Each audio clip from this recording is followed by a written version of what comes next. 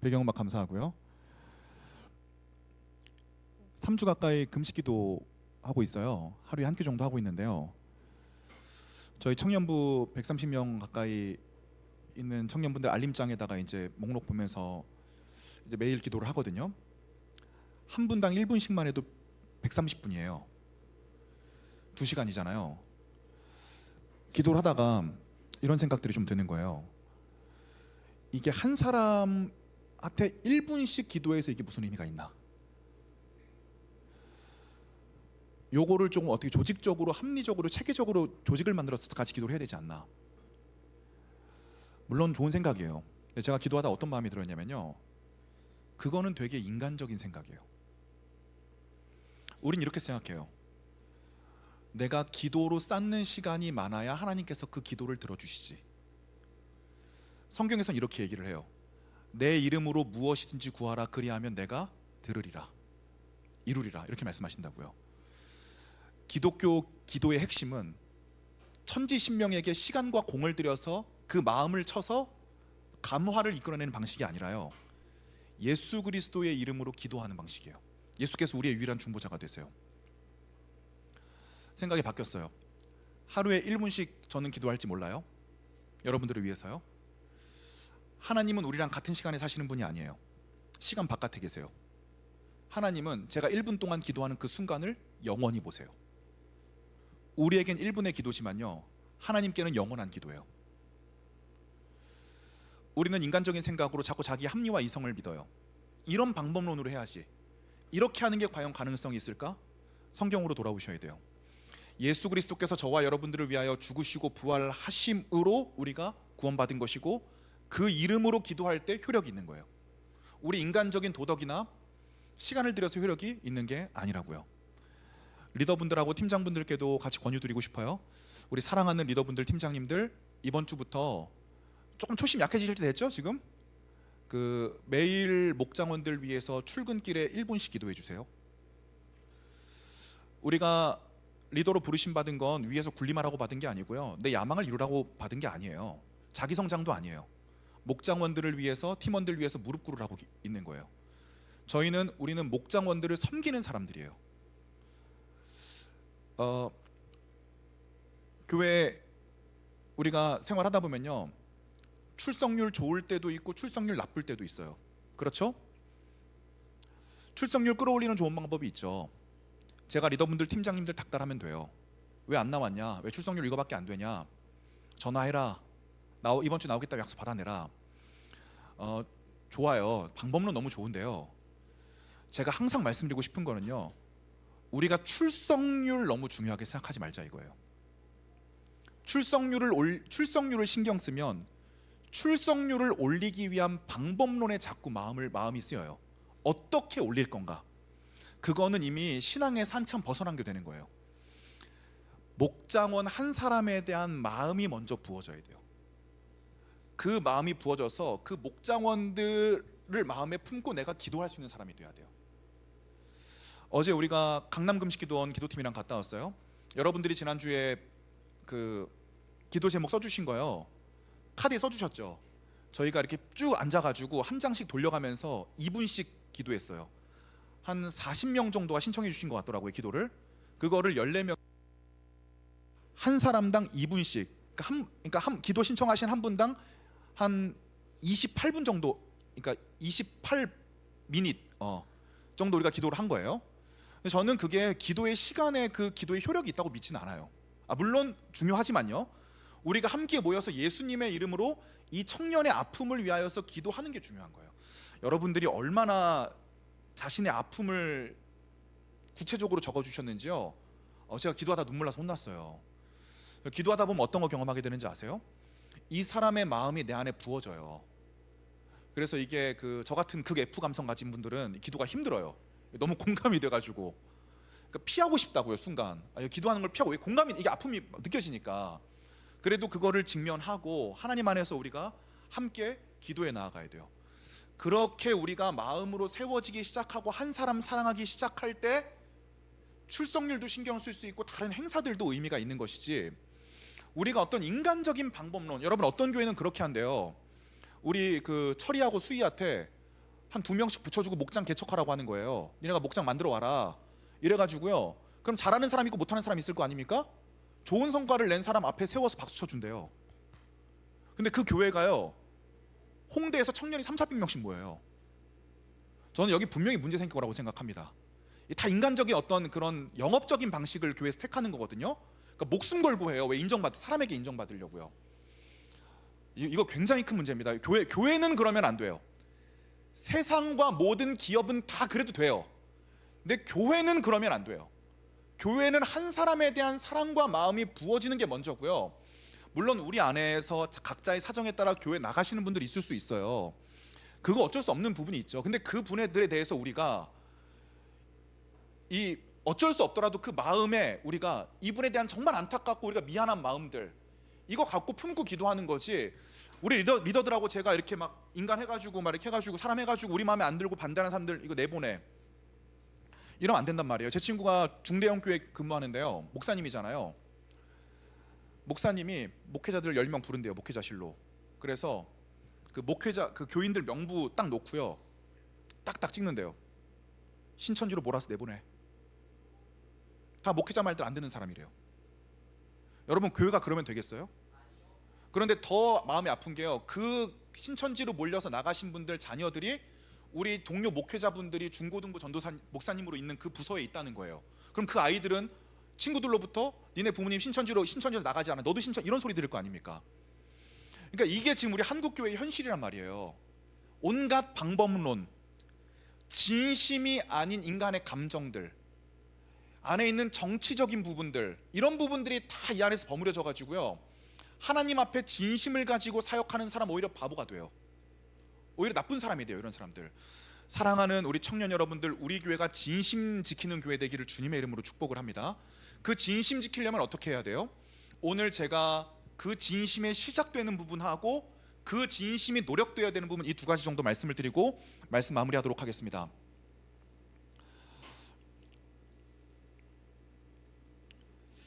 1800년대 후반에 조지 뮬러라고 하는 사람이 있어요.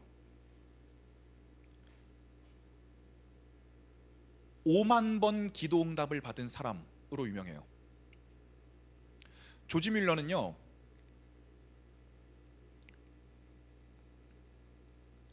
1830년대 초중반에요, 산업화가 시작되면서요, 고아들이 속출했어요.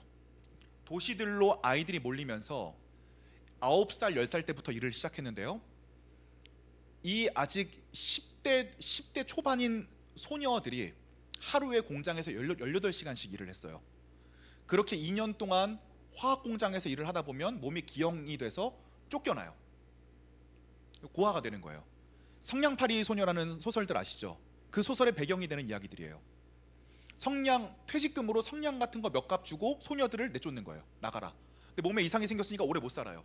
마지막으로 거리에 성냥 팔다가 생을 마감하는 거죠. 이런 아이들을 조지 뮬러가 돕기로 했어요. 조지 뮬러는요, 오직 믿음으로만 고아원 운영하겠다 결심했어요. 당시에 모금 캠페인이나 기부 요청을 따로 하지 않고요, 필요할 때마다 구체적으로 기도를 드린 다음에요, 하나님께 예비하신 도움을 기대했어요. 그리고 그 사람은 매일매일 일기를 썼어요. 오늘 하나님 앞에 어떤 구체적인 기도를 했고 그 구체적인 기도가 언제 이루어졌는지까지도 기록을 했어요. 대표적인 기도 응답 에피소드들이 있어요. 어느 날 아침 고아원에 식량이 전혀 없었어요. 조지 뮬러가요, 아이들을 식당에 모아놓고요, 감사 기도를 했어요. 뮬러는 이렇게 기도했어요. 하나님께서 오늘도 우리에게 일용할 양식을 주신다. 우리가 함께 기도하자. 그 기도를 마친 직후 빵 굽는 사람이 고아원으로 들어왔어요. 오늘따라 빵이 많이 남았다면서요, 이른 아침에 빵을 기부하고 왔어요. 잠시 뒤에 우유 배달 수레가 고아원 앞을 지나다가 고장이 났어요. 우유를 기부할 수가 없었어요. 우유를 배달할 수가 없었어요. 그 우유를 어찌할 수 없어서 고아원에다가 기부하고 돌아갔어요. 뮬러가 브리스톨 지역에 첫 번째 고아원 건물을 세울 때요, 많은 건축 비용이 필요했어요. 어느 날 익명의 기부자로부터 필요한 금액에 근접한 헌금 받았어요. 신축 건물 비용으로 정확하게 이 금액이 쓰였어요. 긴급 상황들도 많았어요.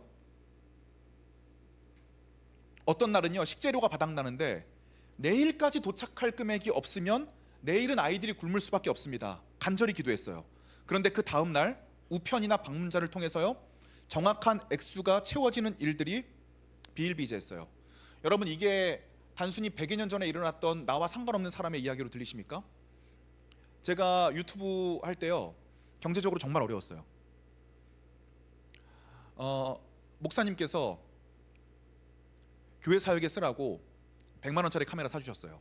저한테 그때 100만 원은요 두세 달치 사례비였어요. 엄청 큰 돈. 저한테 그런 카메라가 생길 줄이야. 그 카메라로 2년 정도 촬영을 했어요. 이제 이 카메라를 잘 다룰 수 있을 거라고 생각을 했어요. 더 좋은 카메라가 필요했어요. 그 당시에 500만 원짜리 시네마 카메라가 나왔어요. 제 돈으로 500만 원짜리 카메라를 어떻게 삽니까? 하나님께 간절히 기도했어요. 그리고 2년 동안 유튜브 하면서 영상 실력도 많이 쌓았거든요. 브이로그를 하나 찍었어요. 하나님 앞에 보여드리기 위해 찍었어요. 그때 찍은 영상이 내가 장가를 못 가는 이유였어요. 그때만 해도 제가 30대 중반이었기 때문에 좀 장가 정년기였어요. 저희 오늘 장모님도 오셔서 제가 이런 말 하긴 뭐하지만 그때 제가 그 영상을 결혼하려고 올린 게 아니에요. 근데 그 영상 올리고요 100명에게 메일을 받았어요. 자기 직업 나 이렇게 쫙 써놓고 당신을 만나고, 저는 그런 게 어떻게 만납니까? 그런 걸 무서워서. 그리고 그 기도 제목을 큐티에 적었는데요. 우리 교회에서요 그 큐티를 본 어떤 형제님이요 저한테 연락이 왔어요. 도대체 뭘 하시는데 이렇게 비싼 카메라가 필요하십니까? 신경 쓰지 마십시오. 기도를 하는 겁니다. 근데 그분이 기도하시고 얼마 뒤에 연락이 오셨어요. 제가 기도하는데 자꾸 도와드리고 싶은 마음이 생깁니다. 근데 제가 그만한 돈이 없습니다. 이렇게 하시는 거 어떨까요? 제가 일단 카드로 그 카메라를 결제를 하겠습니다. 전도사님이 1년 동안 그 금액의 반만 저에게 갚아주세요. 생각지도 못하게 그 카메라가 생겨버렸어요. 여러분, 카메라 생겨도 문제더라고요. 카메라 생기니까요 이제 노트북이 못 따라가요. 그 렌즈도 새로 사야 돼요. 그러니까 카메라를 500만 원짜리 사니까요 부자재가 1000만 원어치가 들어요. 제가 1000만 원이 어디 있어요. 그 당시에 제가 6개월 할부로 겨우 60만 원짜리 렌즈를 샀어요. 그거 하나로 다 써야겠다. 그리고 하나님께 기도를 했습니다. 하나님, 단렌즈가 하나 필요한데요 20mm짜리 단렌즈가 필요합니다. 100만 원입니다. 그 돈이 없습니다. 그때 제가 운영하고 있던 성경 공부 모임이 있었거든요. 무료로 운영하던 성경 공부 모임이었어요. 근데 갑자기 자매님 한 분이 저한테 오시더니 전도사님 이거 드리고 싶습니다. 그래서 봉투를 주시는 거예요. 봤더니 그 안에 100만 원이 들어있었어요. 그 돈으로 단렌즈 샀어요. 그거 지금도 우리 방송팀이 쓰고 있어요. 어떤 단렌즈인지 카메라 운영하시는 분들은 아실 거예요.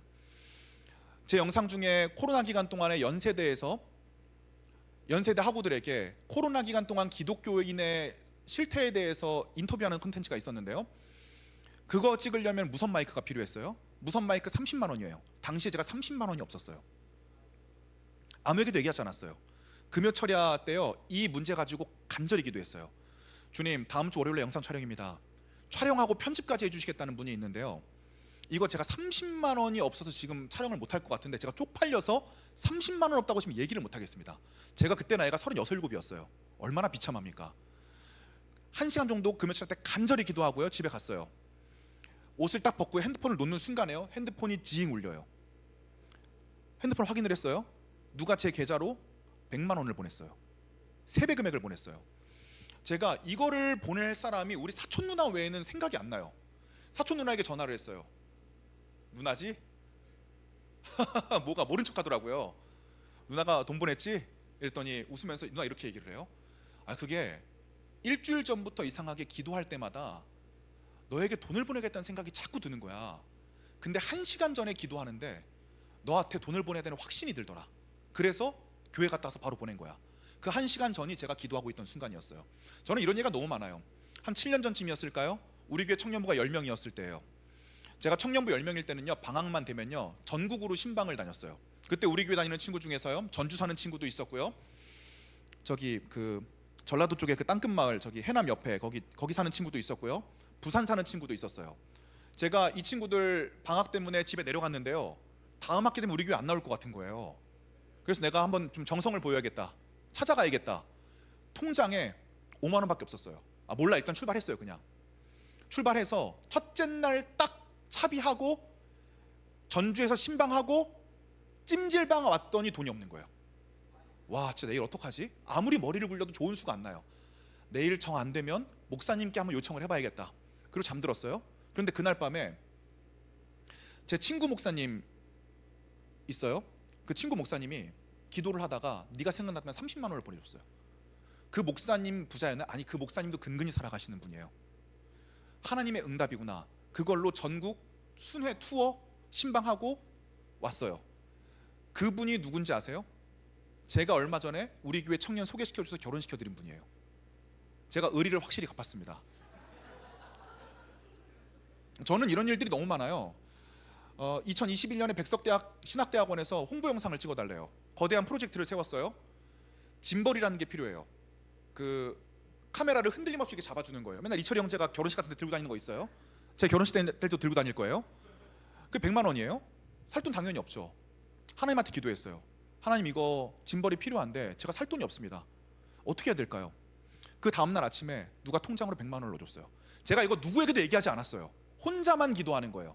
그 돈으로 찍었어요. 이쯤 되니까 하나님이 무서워지기 시작해요. 하나님, 이거 제가 이거 받기도 미안합니다. 어느 날 고프로가 필요했어요. 고프로는 제가 돈을 모았어요. 중고가 50만 원이에요. 이 50만 원 모아가지고 그때 숭실대 입구로 중고 거래를 하러 가고 있었어요. 그때 제 차도 경차였어요. 너무 기뻤어요. 나도 내 돈으로 가지고 사는구나. 야, 중고 거래 하는데요, 앞에 핸드폰 거치해 놓잖아요. 내비 보고 있잖아요. 이 내비에서 갑자기 통장 그 알림이 뜨는 거예요. 누가 50만 원을 보냈어요. 이거 무서운 거 아닙니까? 하나님이 우리의 필요를 정확하게 하시고 모든 걸 채워줬어요. 그래서 제가 사례비가 적고 재정이 어렵더라도 제 유튜브 장비가 수천만 원이에요. 이거 제가 산 게 별로 없어요.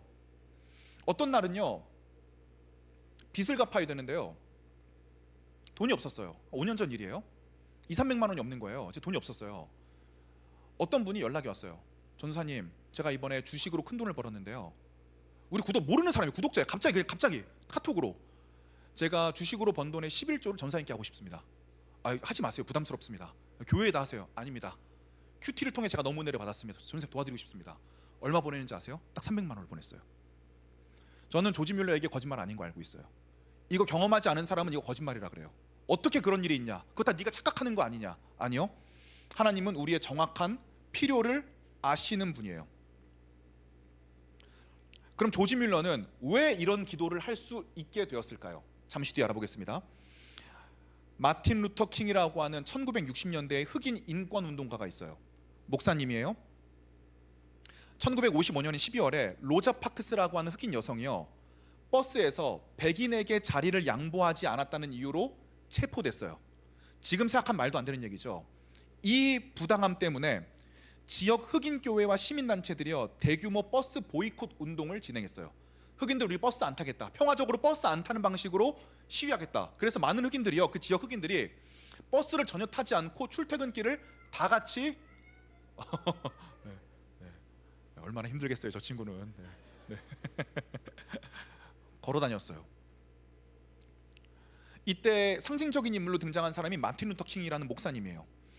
이분은요, 1956년 이후에 이 몽고베리 버스 보이콧 운동을 성공적으로 이끌어요. 대법원 판결로 이거는 위법이다, 버스에서 백인 자리가 따로 있는 건 위법이다라고 결정을 해줬기 때문이에요. 전국적인 흑인 민권 운동의 상징이 되었어요.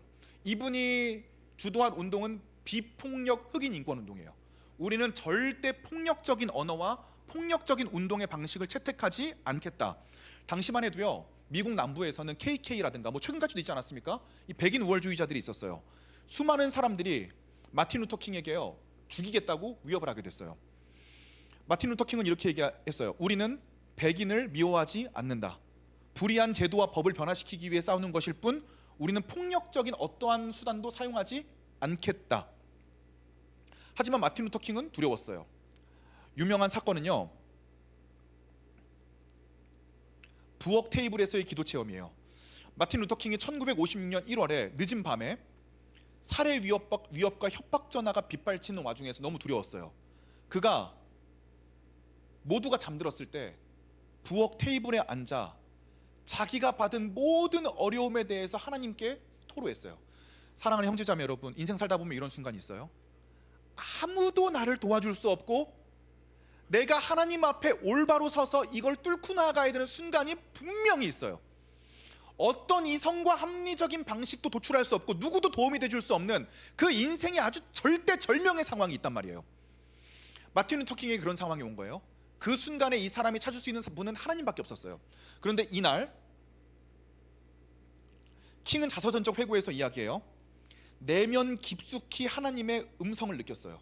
정의와 진리를 위해 일어서라. 내가 너를 결코 혼자 두지 않으마. 내가 너와 함께 있을 것이다. 사도행전에 보면 사도 바울이 복음을 전할 때 온갖 유대인들의 위협에 시달렸어요. 유대인들은 율법을 지켰어요. 율법을 통해서 내가 하나님 앞에 의로움을 받을 수 있다고 생각을 했어요. 바울의 복음은 달랐어요. 오직 인간은 믿음으로만 구원을 받는다. 얼마나 많은 살해 협박을 받았겠습니까?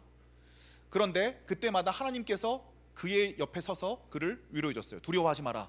이 성에는 아직 나의 백성이 많이 있다. 다시 조지 뮬러로 돌아오겠습니다. 조지 뮬러는요, 굉장히 나쁜 사람이었어요.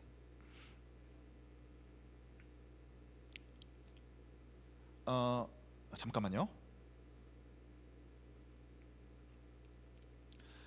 특히 조지 뮬러에게 어렸을 때부터 안 좋은 버릇이 있었는데요. 돈을 빌린 뒤에 갚지 않았어요. 정직하지 못했어요. 스스로도 나중에 이렇게 얘기했어요. 나는 죄를 죄로 여기지 않았고 내 욕망만이 중요했다. 청소년기 때부터 그는 밤늦게까지 또래들과 술을 먹었어요. 일찍부터 도박을 시작했습니다. 그는 긍정적인 일보다는 항상 쾌락을 우선시했어요. 여행을 핑계로 며칠씩 집을 비우면서도 도박판이나 화려한 도시 뒷골목에서 시간을 보냈어요. 그는 감방에도 갔다 왔어요. 유럽 여러 도시를 방황하면서 문서 위조로 체포된 적이 있었고요. 범법 행위들을 저질렀어요. 그렇다고 그가 죄에 대해서 무감각했던 건 아니에요. 어느 날 밤에 갑자기 극심한 불안감이 그를 뒤엎었어요. 이러다가는 내가 내 인생이 어떻게 될지 모르겠다라고 하는 강력한 불안감이었어요. 하지만 그의 삶은 전혀 변하지 않았어요. 어느 날 1825년이었어요. 대학교 시절 그의 친구가 기독교 경건 모임, 성경과 기도에 열심인 소규모 모임이었어요. 가자고 권유했어요. 뮬러는 흥미도 없고 따분할 거라고 생각을 했어요. 그런데 호기심에 한번 가보자는 마음으로 참석하게 됐어요. 그곳에서 그는 전혀 다른 분위기에 충격을 받았어요. 평소에 자신은 기독교인들을 찌질이라고 생각을 했어요. 하지만 그곳에서 만난 기독교인들은 구원의 감격에 차 있었고요. 삶에 대해 굉장히 진지했어요. 서로를 위해서 기도했어요. 그걸 보고 뮬러는 자기가 살아왔던 것과는 전혀 다른 굉장히 커다란 충격을 받게 돼요. 거기서 말씀을 나누고 기도 제목을 나누는 것에 묘한 끌림을 느꼈다고 해요. 그리고 그러다가 예수 그리스도의 십자가가 지닌 능력과 회개가 가져다주는 영혼에 대한 자유에 대한 얘기를 들었을 때 그의 마음의 한 구석이 찔리는 것처럼 아픔이 느껴지기 시작했어요. 모임이 끝나고 뮬러는 집으로 돌아왔지만 왠지 모르게 갑자기 눈물이 쏟아지기 시작했어요. 숙소로 돌아와서요, 하나님이 정말 살아계시고 나 같은 자를 과연 용서해 주실까? 과거에 저질렀던 수많은 죄와 배신, 거짓 방종들이, 쾌락들이 주마등처럼 스쳐 지나가기 시작했어요. 그리고 그는 하나님의 임재 속에 무릎을 꿇고 이렇게 얘기했어요. 주님, 저를 불쌍히 여겨주세요. 그 순간 말로 형용하기 어려운 평안이 그를 사로잡기 시작을 했어요. 예수 그리스도께서 나를 위해 죽으셨고 내가 지금까지 그 사랑을 외면했다는 죄책감이 강하게 밀려오는 동시에 회개하면 모든 죄가 용서받는다라고 하는 복음이 마음에 박히기 시작했어요. 이때부터 뮬러의 삶은 명확하게 바뀌기 시작을 했어요. 제가 역사적인 두 명의 인물을 예로 들었습니다. 한 사람은 목회자이면서 흑인운동의 대부였습니다. 한 사람은 백인이면서 운동 가는 거리가 먼 어떤 합리적이고 이성적인 방법도 세우지 않고 오로지 기도로만 하나님 앞에 승부를 보겠다라고 생각하는 사람이었어요. 그런데 이 두 사람에게는 공통점이 있었습니다. 모두 이 두 사람은 하나님을 만난 사람이었다는 겁니다. 하나님을 만나야 됩니다. 사랑하는 청년 여러분, 교회에 오는 목적은 한 가지입니다. 저와 여러분들이 하나님을 만나기를 원합니다. 내가 죄인인 것과 전적인 타락한 상태에 놓여져 있으며 내 힘으로는 어떠한 방법으로도 하나님의 인정을 받을 수 없고 오직 나를 위해 죽으신 예수 그리스도의 십자가의 피값이 아니라면 내가 어떠한 방법으로도 이 상황에서 구원될 수 없다는 그런 확신이 성령의 평안함 가운데 일어나기를 주님의 이름으로 축복을 하는 것입니다. 자, 그럼 이론적인 부분으로 돌아가 보겠습니다. 오늘 본문 23절에서는 이렇게 얘기합니다. 모든 사람이 죄를 범하였음에 하나님의 영광에 이르지 못하더니, 하나님의 영광에 이르지 못하는 죄의 상태에 놓인 것은 총 세 가지 정도인데요. 첫 번째는요, 하나님께 영광을 돌릴 수 있는 삶을 상실한 것입니다. 우리는요, 말로만 영광 돌리고 찬양을 통해서만 영광 돌리지요, 우리 삶을 통해서 실질적으로 하나님께 영광 돌릴 수 있는 능력을 상실해 버렸습니다. 여러분들 그런 거 꿈꾸시는 분들 많을 거예요. 주님, 제가 성공하고 싶습니다. 성공해서 다니엘 기도에 초청돼서 하나님께 내 간증을, 내가 이렇게 하나님을 믿었으니까 이렇게 내가 성공했습니다. 하나님께 영광을 돌립시다. 여러분, 그런다고 하나님께서 영광스러워지시나요? 그러면 성공한 부분만 간증하면 하나님을 붙잡고 실패한 경우는 간증이 안 되는 건가요? 반드시 성공해야 그게 간증이 되는 겁니까? 그렇지 않습니다. 그렇게 생각하고 있는 우리 자체가 이미 철저하게 본질적으로 타락했다는 것을 의미합니다. 빌립보서 2장 11절에서 이렇게 얘기합니다. 모든 입으로 예수 그리스도를 주라 시인하여 하나님 아버지께 영광을 돌리게 하였느니라. 이 부분에서 우리는 철저히 타락했습니다. 두 번째로는요, 우리의 삶이 절대로 하나님의 영광을 반영하지 못한다는 것입니다. 로마서 1장 26절부터 보여주시죠. 한 절씩 교독하겠습니다. 이 때문에 하나님께서 그들을 부끄러운 욕심에 내버려 두셨으니 곧 그들의 여자들도 순리대로 쓸 것을 바꾸어 영리로 쓰며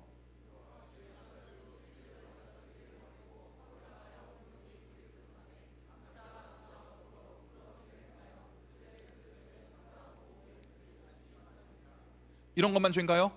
또한 그들이 마음에 하나님 두기를 싫어하며, 본질적으로 마음에 하나님 두기를 싫어합니다. 하나님께서 그들을 그 상실한 마음대로 내버려 두사 합당하지 못한 일을 하게 하셔. 이게 진짜 비참한 거 아니에요? 그 마음 속에 내버려 두시기로 결정했습니다. 그 마음 뭐예요? 모든 불의와 추악, 탐욕, 악의가 가득한 자요, 시기, 살인, 분쟁, 사기, 악독이 가득한 자요, 수군수군하는 자요, 비방하는 자요, 하나님께서 미워하시는 자요, 능욕하는 자요, 교만한 자요, 자랑하는 자요, 악을 도모하는 자요, 부모를 거역하는 자요, 우매한 자요, 배악하는 자요, 무정한 자요, 무자비한 자라. 그들이 이 같은 일을 행하는 자는 사형에 해당한다고 하나님께서 정하심을 알고도 자기들만 행할 뿐 아니라 또한 그런 일을 행하는 자들을 옳다 하느니라. 아멘.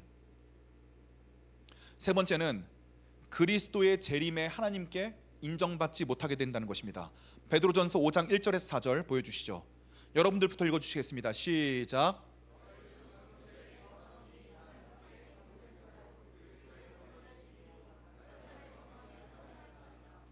너희 중에 있는 하나님의 양무리를 치되 어떻게 하라고요? 억지로 하지 말. 교회 리더십분들 잘 들으세요. 억지로 하지 말고 하나님의 뜻을 따라 자원함으로 하며 더러운 이득을 위하여 하지 말고 기꺼이 하며. 네, 자꾸 설득하지 말라는 거예요. 자꾸 이래라 저래라 하지 말라는 거예요. 본대라는 거예요. 그리하면 목자장이 나타나실 때 시들지 아니하는 영광의 관을 얻으리라. 아멘. 우리가 이와 같은 죄의 상태에 빠져 있기 때문에 우리는 하나님의 심판대 위에 섰을 때에 하나님께로부터 받을 수 있는 유일한 판단은 사형. 사랑하는 형제자매 여러분, 기독교 신앙을 이분법적으로 이해하는 건 굉장히 위험합니다. 주님, 내가 이 직장을 가도 되나요 말아야 되나요? 이 사람과 결혼해도 되나요 말아야 되나요? 이 직업을 선택해야 되나요 말아야 되나요? 이렇게 하는 게 하나님의 뜻인가요 아닌가요? 이거 이분법적인 거예요. 되게 위험해요. 이 부분에 대해서는 조금 열어두는 마음을 취하셨으면 좋겠어요. 성경에선 분명히 하지만 성경에서 분명히 얘기합니다. 구원에 관한 부분은 철저하게 이분법적입니다. 오직 구원에 관한 부분만 이분법적입니다. 사랑하는 형제자매 여러분, 예수 믿지 않으면 하나님과의 모든 관계가 단절된 지옥 가게 됩니다. 이것을 정말 우리가 믿는다면 주변에 믿지 않는 형제자매들에 대한 하나님의 긍휼한 마음이 우리 가운데 어떻게 쏟아지지 않을 수 없습니까? 있습니까? 우리 믿지 않는 가족들 위해서 어찌 기도하지 않을 수 있습니까? 그런데 하나님께서 이 모든 우리의 문제점에 대해서 24절로서 해결책을 완전하게 제시하십니다. 그리스도 예수 안에 있는 속량으로 말미암아 하나님의 은혜로 값없이 의롭다 하심을 받았다. 값없이 우리가 지은 모든 죄에 대한 형량을 받지 않고, 우리가 하나님에 대한 꾼돈에 대한 값을 갚지 않고 공짜로 자유하고 그 죄에 대한 긍휼함을 얻게 되었습니다. 이 속량에 대해서 좀 살펴볼 건데요, 속량이 무슨 뜻이냐면요, 따라해 보겠습니다. 몸값을 받고 종을 놓아주어 양민이 되게 함. 다 외웠죠? 한번 끝까지 읽어볼게요. 시작. 몸값을 받고 종을 놓아주어 양미, 이게 속량이에요. 헬라어로는 힐라스코마이라고 합니다. 달래다, 화해시키다, 이런 뜻이에요. 힐라스코마이는 또 보여주세요. 뜻 보여주세요. 그 다음이요. 네, 하나님께 우리를 화목제물로 드렸다고 하고 있는데요. 화목제물의 의미, 여러분 지금 성경일동마을 레위기 지났죠? 민수기 끝났나요? 하고 있어요? 죽을 마실 겁니다. 낙오하지 마시길 부탁을 드립니다. 미쳐버릴 거예요. 이거를 넘기면은 조금 희망이 있어요. 이제 그러다가 이제 이사야 시작되면서 다시 이제 절망이 오거든요. 이 고비만 좀 넘깁시다. 레위기에 제사가 몇 개 있어요? 몇 대 제사예요? 5대 제사란 말이에요. 얘기해봐요. 무슨 제사 있어요? 그래, 좋아요. 조금 교회가 규모가 생기고 있구만. 그 중에 화목제물이라는 게 있다고요.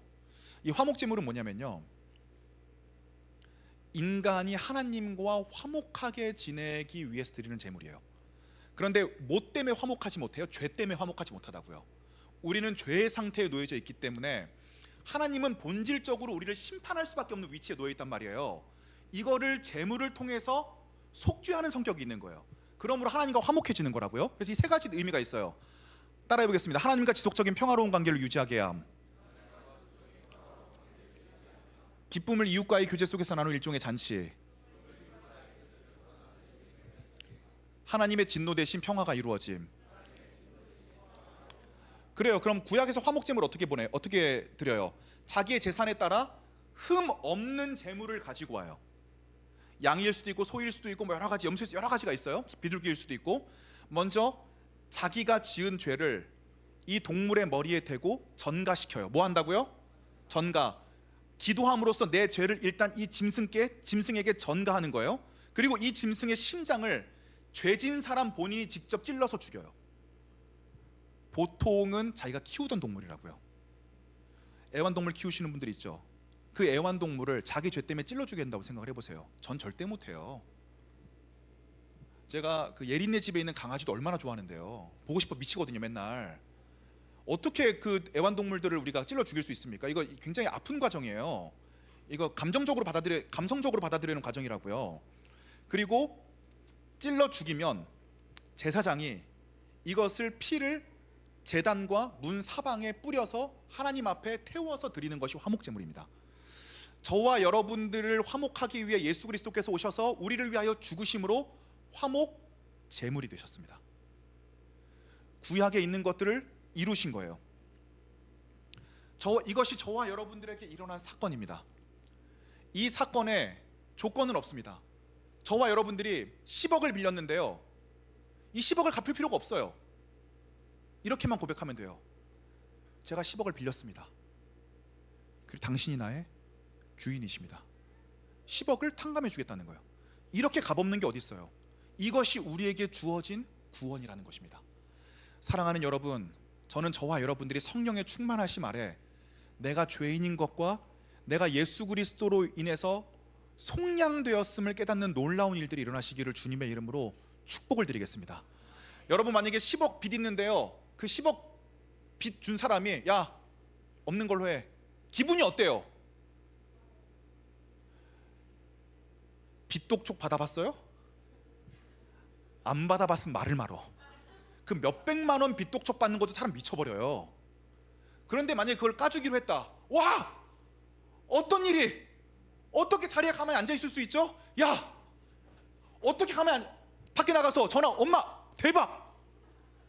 친한 친구한테 야 미쳤다, 이거 와봐야 돼. 이것이 우리의 마음의 진심이라는 것입니다. 자, 이거를 먼저 경험해야 돼요. 수련회를 통해 이걸 경험하기를 주님의 이름으로 축복을 드립니다. 두 번째로는요, 모든 믿는 사람들이 가야 되는 길이 있어요. 갈라디아서 2장 1절 보여주시죠. 14년 후에 내가 바나바와 함께 디도를 데리고 다시 예루살렘에 올라간다니. 설명을 드릴게요. 바울이 하나님 만난 이후에 정말 내가 만난 하나님이 맞는지 구약 성경을 읽고 그것을 해석하고 기도하는데 몇 년이 걸렸어요? 14년이 걸렸어요. 여러분, 하나님의 사람이에요? 하나님의 사람이라면 여러분의 인생에 분명히 어려움이 와요. 여러분의 인생에 분명히 하나님의 주인 되셔야 되는 순간이 와요. 그 순간 어떻게 보내야 되는지 아세요? 밤을 새워 기도하고 금식하며 말씀에 집중해야 되는 순간이 분명히 와요. 사랑하는 여러분, 제가 교회 리더로서 저도 그런 과정을 겪은 사람으로서 말씀드립니다. 여러분의 인생 가운데 하나님께서 여러분을 사용하시기 위해 여러분들을 이성과 합리로는 이해되지 않는 어떤 지점으로 끌어올리기 위해 여러분들을 그 지점까지 훈련시키시고요, 이때 훈련이 된 우리도 그 이성과 합리를 넘을 수가 없어요. 그래서 하나님께서 저와 여러분들을 성령으로 사로잡으시기 위해서 시간을 들여서 밤새 금식하고 말씀 읽고 기도에 집중해야 되는 그 순간이 왔을 때, 사랑하는 여러분, 성령께서 우리들의 마음을 열어주셔서 우리가 그 결정적인 순간인 것을 알아채는 역사가 일어나시기를 주님의 이름으로 축복을 드리겠습니다. 저도 그 예가 너무 많거든요. 수련회가 설교 시간에 얘기할 거예요. 반복되는 얘기는 있을 수 있겠지만 잘 들어주세요. 최신 업데이트 뉴스 같은 것도 있거든요. 저는 우리 청년부한테 그 DNA를 넣어주고 싶은 거예요. 2박 3일 동안 말씀 읽어보세요. 어떤 일이 일어날까? 사랑하는 여러분, 절망하는 일 많으실 겁니다. 저도 절망하는 일 많아요. 왜 절망할까 생각을 해보니까요, 한 가지예요. 내가 하나님의 말씀보다요, 내 생각과 환경을 너무 많이 묵상해요. 내 감정과 환경을 묵상한 결과물은 죽음입니다. 거기엔 아무런 희망이 없어요. 거기엔 절망밖에 없습니다. 하지만 하나님을 묵상하면 그 안에는 희망이 있습니다. 우리가 왜 절망스러워합니까? 하나님이 내 인생의 주인이 되시지 않았기 때문입니다.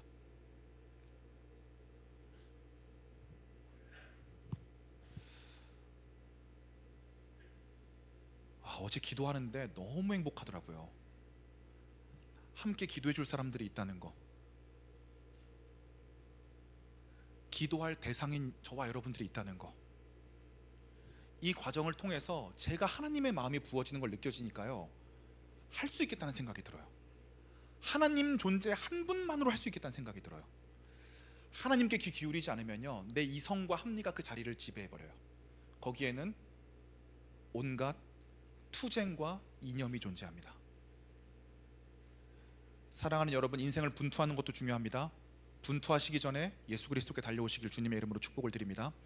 우리 인생의 가장 어려운 순간에 여러분 아시기를 원합니다. 어쩌면 그 순간이 오늘 밤새 기도해야 되는 순간일 수 있습니다. 집중해서 금식하여 성경을 읽어야 되는 순간일 수도 있습니다. 하나님의 음성에 귀 기울여서 그 순간에 믿음의 도약을 이루어야 되는 순간이 분명히 있다는 사실을 저와 여러분 기억하시기를 주님의 이름으로 축복을 드리겠습니다. 이 찬양 함께 고백했으면 좋겠습니다.